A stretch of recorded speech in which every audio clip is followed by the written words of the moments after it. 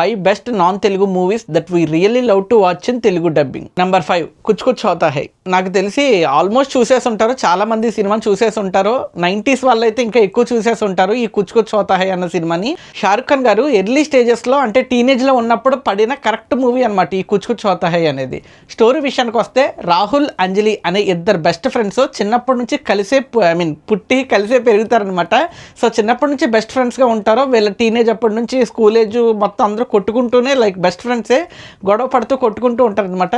College డేస్లోకి వచ్చేసిన తర్వాత వాళ్ళిద్దరి మధ్య ఉన్నది కేవలం స్నేహం మాత్రమే కాదు, ప్రేమ కూడా అని తెలిసే టైంకి హీరో వేరే అమ్మాయిని లవ్ చేసి తనని పెళ్లి చేసుకుని వెళ్ళిపోతాడనమాట. సో హీరోయిన్ కూడా హీరో తనని కాకుండా వేరే అమ్మాయిని ఇష్టపడుతున్నాడు అని చెప్పి తన ప్రేమను త్యాగం చేసి అక్కడ నుంచి హీరోయిన్ వెళ్ళిపోతుంది.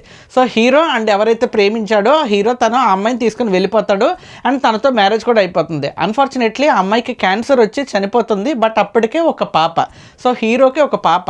సో ఇప్పటి వరకు చెప్పిన స్టోరీ అంతా కూడా తన 6th బర్త్డేకి ఆ పాపకి తెలుస్తుంది. అది తెలిసిన తర్వాత ఆ పాప హీరోయిన్ని కలవటానికి బయటికి వెళ్ళిపోతుంది, ఇంట్లో నుంచి పారిపోయి వెళ్ళిపోతుంది అనమాట.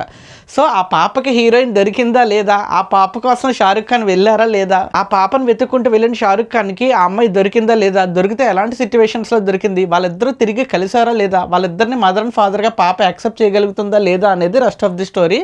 For me it was the best love story. నా చిన్నతనంలో భాష కూడా తెలియని టైంలో వెళ్ళి కూర్చుని చూసి ఏదో అర్థమైపోయింది ఆ టైంలో, అంత బాగా ఎక్కేస్తుంది అనమాట. హిందీలో చూస్తున్నప్పుడే ఇవి ఎంత బాగా ఎక్కాయి అంటే తెలుగు డబ్బింగ్ వర్షన్ వదిలింటే ఇంకొంచెం ఎమోషనల్గా అర్థమయ్యేది, జనాలు ఇంకొంచెం ఎక్కువ కనెక్ట్ అయ్యే వల్ల అనిపించింది.